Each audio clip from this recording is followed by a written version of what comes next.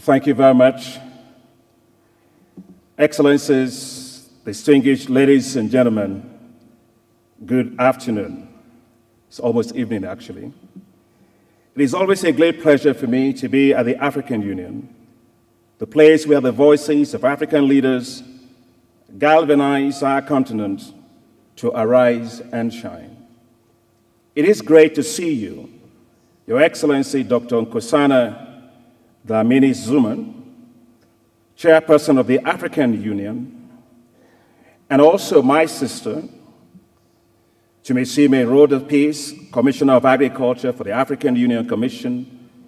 I would like to thank both of you for your tremendous leadership, for your vision and commitment to our continent, and in particular, to the agenda to transform agriculture on this great continent of ours. Please put your hands together and thank them for their tremendous work. In particular, I would like to say that I am delighted that the CADA program is on track.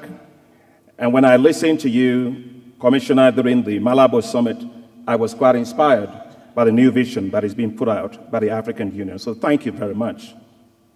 I am also equally delighted to see the former United Nations Secretary General, Mr. Kofi Annan, the former chairman of the board of AGRA, Africa's iconic leader who never ceases to inspire us. Please thank Mr. Annan for his tremendous work.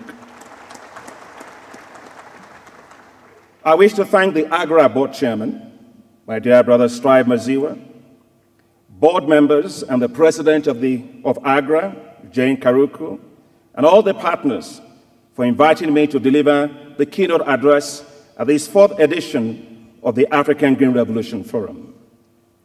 I remember in 2010 in Accra, Ghana, where we held the inaugural forum, the support of Yara, and I would like to in particular thank Jürgen Hallerstedt and Annie Cartridge.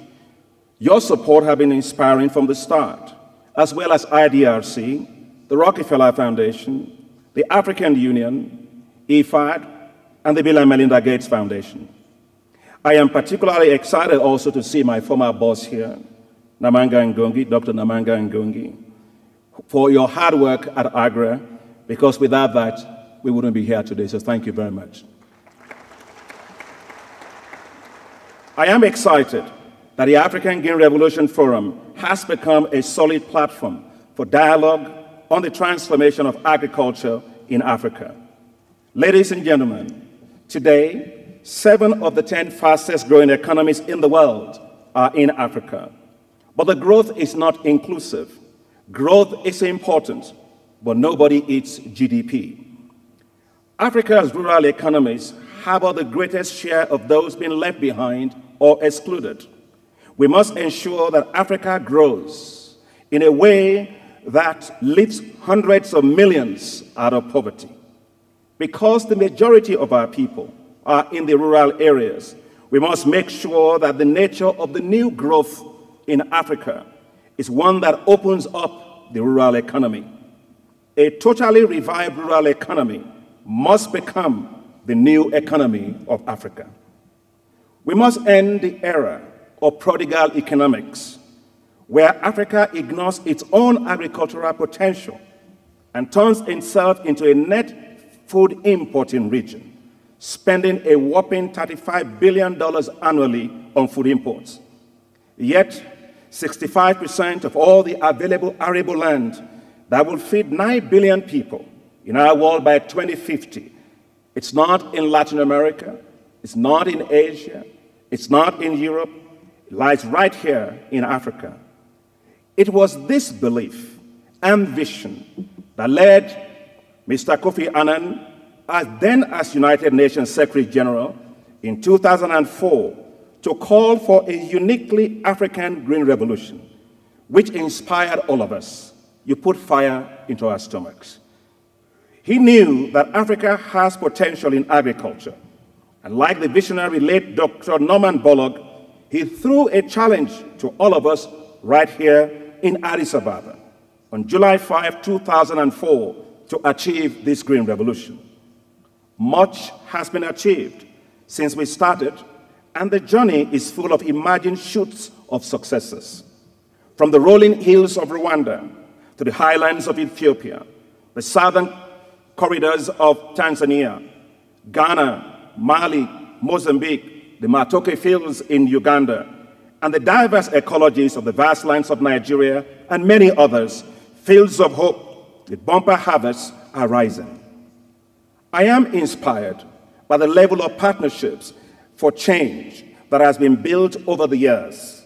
An alliance of farmers, researchers, political leaders, private sector, and philanthropic organizations, all with one goal and one mission: to turn Africa into a breadbasket for the world. So today, as we gather, we must set higher targets for ourselves in this quest for Africa to feed itself. We must not get complacent, for the voices of millions of malnourished children must spur us to even greater action. No African child must ever go hungry. To achieve our goal, we must set a new vision for agricultural transformation, inspired by the political leadership of African leaders and the African Union.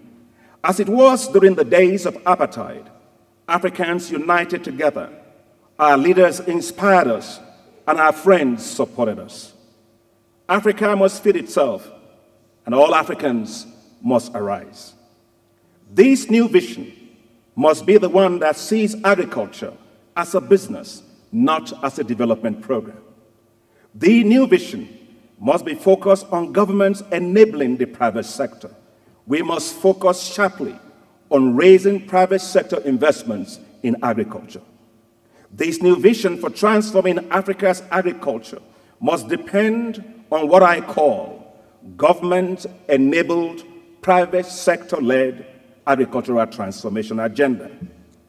Under this vision, governments must become innovators, just like the private sector, and develop innovative policies and institutions that will expand opportunities for the private sector, especially farmers, who themselves form the largest private sector. African governments must boldly support their farmers. They must also ensure that input markets work for these farmers. Some may argue that supporting farmers in Africa via subsidies is not sustainable. I argue that poverty is not sustainable. Africa cannot become a museum of poverty. Poverty is not tradable. It is not an industry. So Africa must not grow poverty. What is important is to develop ways of effectively targeting support to reach our farmers while ensuring that the private sector, not the government, delivers farm inputs to farmers. This is what we did in Nigeria. When I left AGRA and I was released by Mr. Kofi Annan to go ahead to Nigeria, I took office as Minister of Agriculture in 2011. We immediately ended 40 years of corruption in the fertilizer sector within exactly 90 days of taking office. And I can tell you, it was one of the most risky things that I've ever done. But with it, we ended the era of government buying and distributing seeds and fertilizers. We replaced it with a private sector-driven system. The role of government shifted to providing targeted farm support directly to farmers for seeds and fertilizers via electronic coupons on their mobile phones, or what we call e-wallets.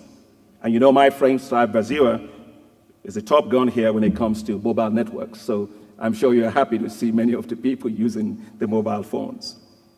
Between 2012 and 2014, a total of 14 million farmers received their subsidized farm inputs using electronic vouchers on their mobile phones, which they used to pay directly to private sector input retailers. To enable the private sector, seed companies, to develop and thrive, we ended the government monopoly over foundation seeds. We opened it up to the private sector. My dear friend and colleague, and I don't know if he's here, Joe DeVries, are you here? Please stand.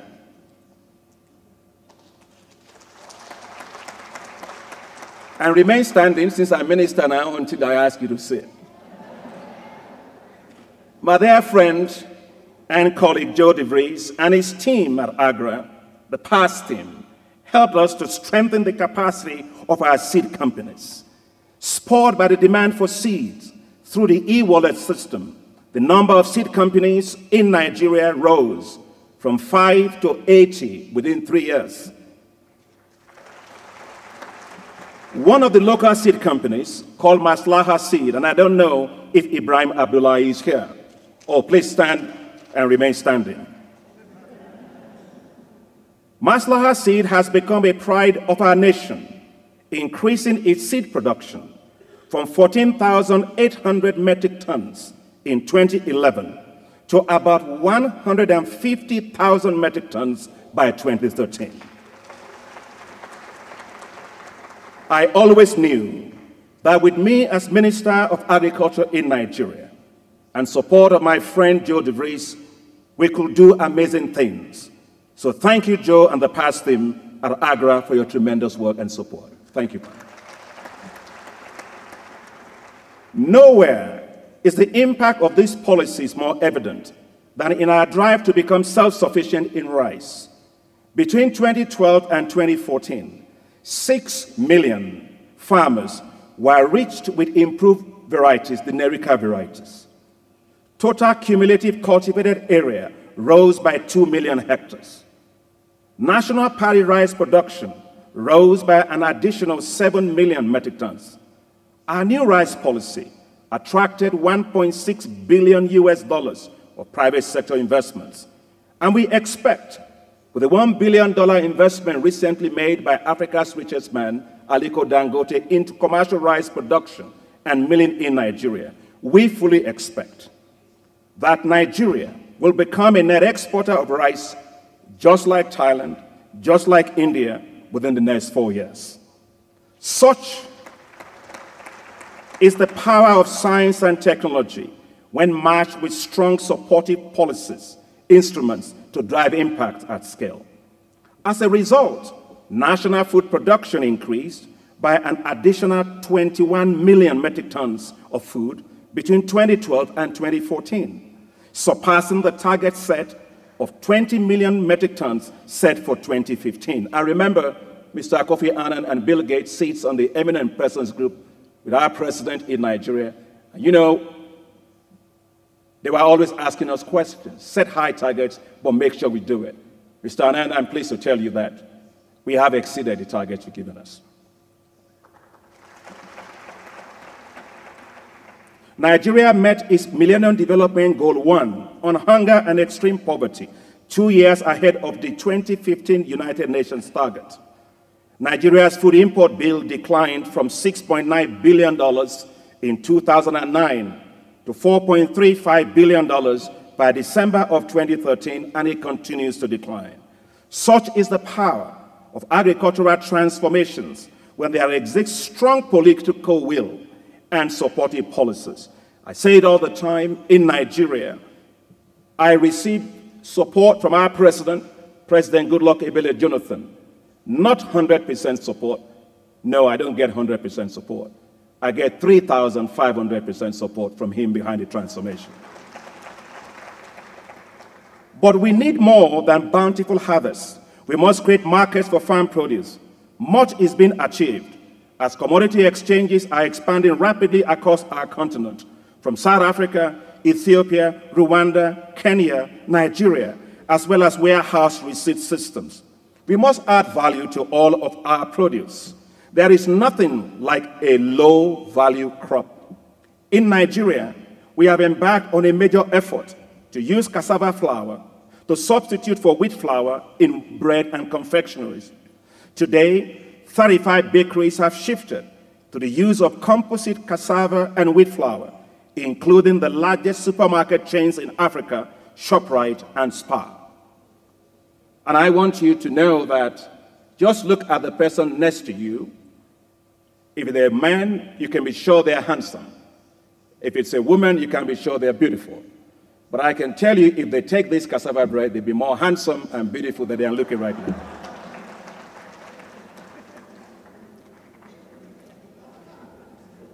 By substituting 20% cassava flour, Nigeria will save over $1 billion annually and unlock new economic opportunities for cassava farmers and processors.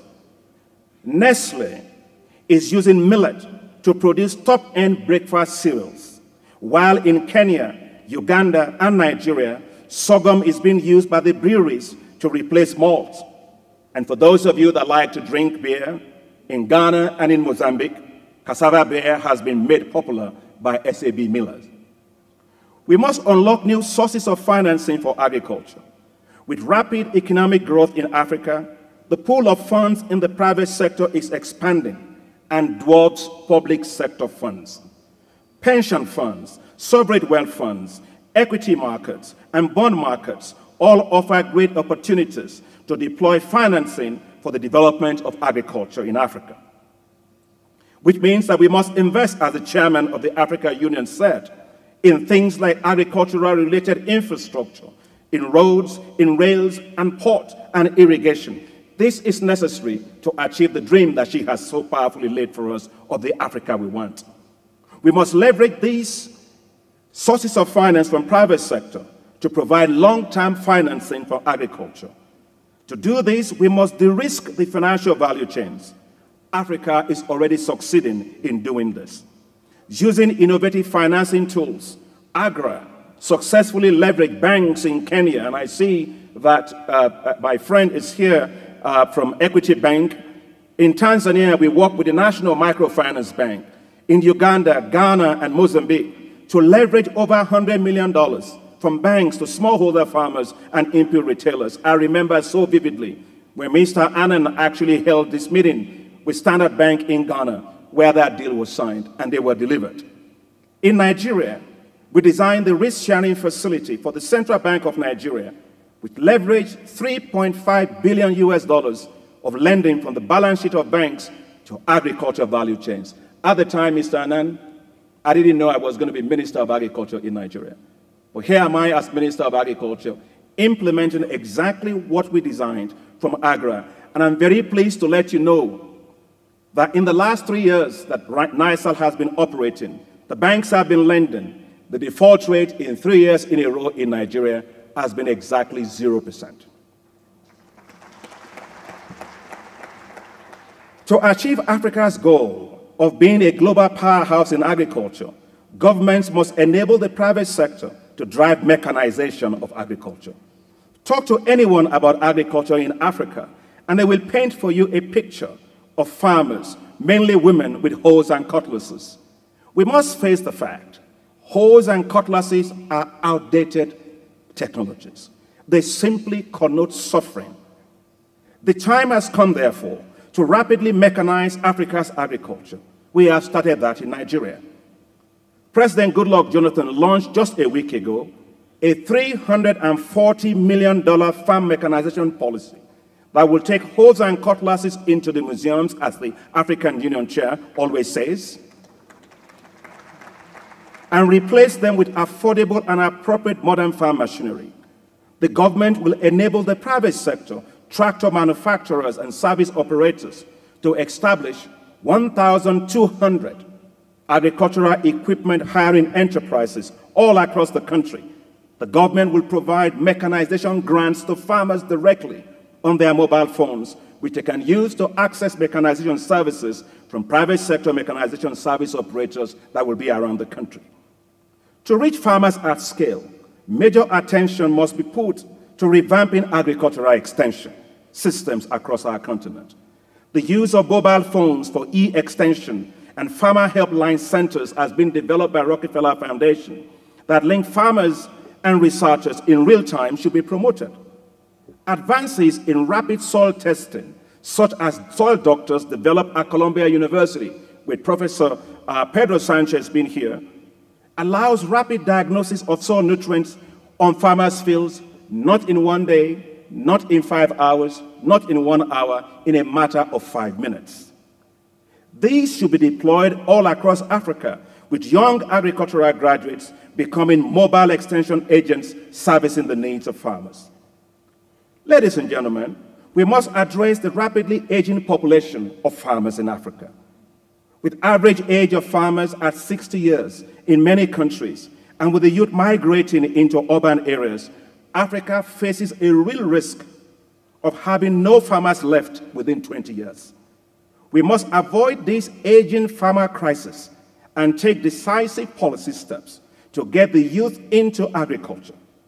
That is why in Nigeria we have set the deliberate policy to establish what we call Youth Employment in Agriculture program, with a goal of establishing 750,000 new cadres of young commercial farmers and agribusiness entrepreneurs over the next 5 years.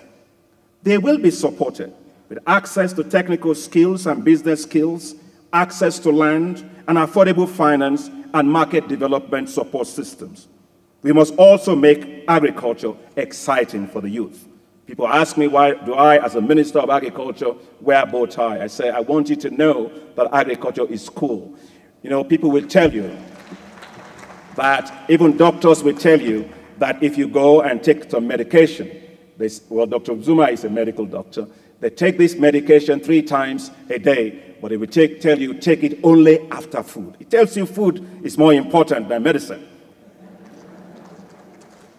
The Do Agric It Pays campaign initiative of African musicians, inspired by the development-focused Irish pop star Bono and being pushed by my sister Sifo, is already getting the youth to see agriculture as a viable business.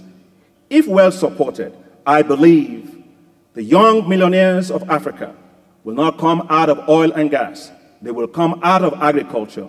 Yes, do agriculture, it pays. Many of these should be women, so we must pay greater attention to the needs of women farmers, who form the majority of farmers, but are marginalized and lack access to labor-saving equipment, extension, finance, and secure land rights. African women farmers have waited for too long. Now we must arise and embark on bold Africa-wide policy interventions to end this marginalization. Words will not be enough. Only actions will count. To start, and I know this is being pushed by Her Excellency, the Chairperson of the African Union, it was proposed by my President during the summit, we must adopt an affirmative finance action for women farmers all across Africa, requiring that at least 30% of all loans by finance institutions go to women farmers and women agribusinesses. Evidence shows that women rarely default. Ladies and gentlemen, nothing pays better than investing in women.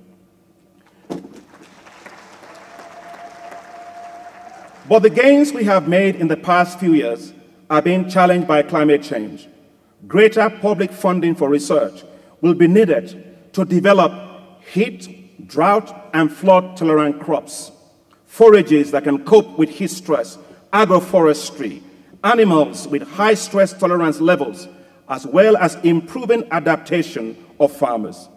Improved land and water management will become even more important, as well as the use of agroecological approaches. It is imperative for governments, researchers, and the wider development community to build resilience into agricultural value chains. Public policies should support farmers to take up crop and livestock insurance, as these are well beyond the reach of many poor farmers. We must not abandon farmers in the face of climate change. Despite gains being made in the transformation of agriculture, Africa still faces a huge challenge with malnutrition. While our cities are getting facelifts with modern infrastructure, we are not investing in what I think is the most critical infrastructure, which is the gray matter infrastructure. The picture is not pretty at all, as 26% of all minority children in developing countries are right here in Africa. We must broaden the Green Revolution agenda to include nutrition. We should aggressively promote food fortification, biofortification, school feeding programs, and provision of multi-nutrient powders to mothers. We must set a new agenda to develop effective public-private partnerships that will end malnutrition in Africa. Today, over 80% of the high-energy foods used in Africa are from Asia and Europe. But all you need to make high-energy foods It's pretty simple. You need sorghum, you need maize, and you need soybeans, all of which we are producing in abundance now in Africa.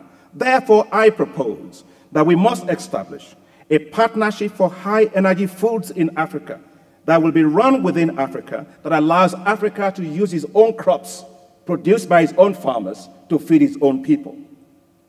Today, let us strengthen the power of partnerships.